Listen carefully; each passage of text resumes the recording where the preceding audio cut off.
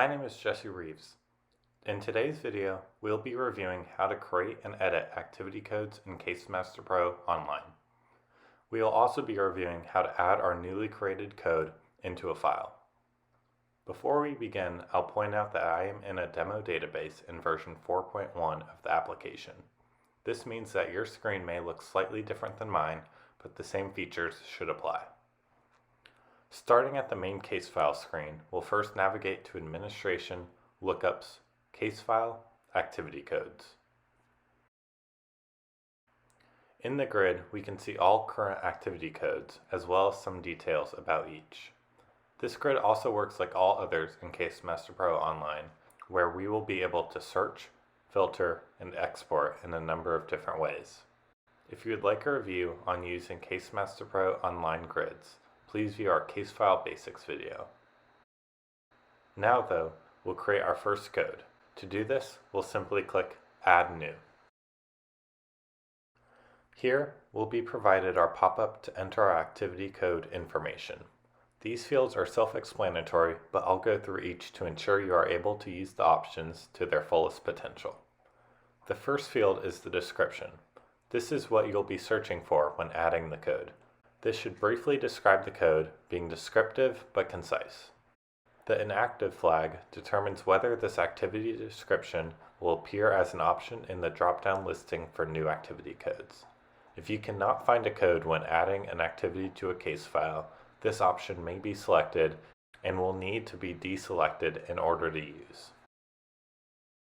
The next two ask whether or not comments or opponents should be required when adding the activity code.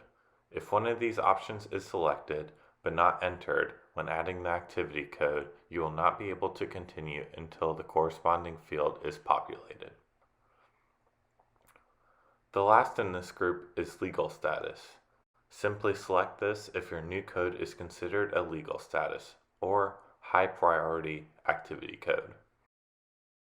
The default text field allows you to automatically populate the note field with any text you wish. This is also changeable if you wish to change the text when adding the code to the file. After this, we can also select a review to be added once the code is added to the file. We can scroll through or search for a review we would like to add by using the search bar here. Next, Contact Attempt Type allows you to mark whether or not you attempted to make contact before adding the code. For example, I'll leave this blank. Lastly, we can add a transaction to a case file once this code is added by selecting the checkbox here. To complete this, you'll also need to select a transaction code and default amount here. Once done, review your information and click Save. We can now see our new activity code on the second page of the grid here. Adding our new activity code is simple. We'll first navigate to Case File, Activity, and click Add New.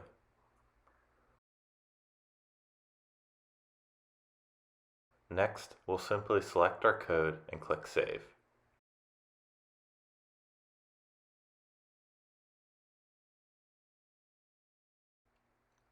Before concluding, I'll quickly show that our review is added on the review screen here.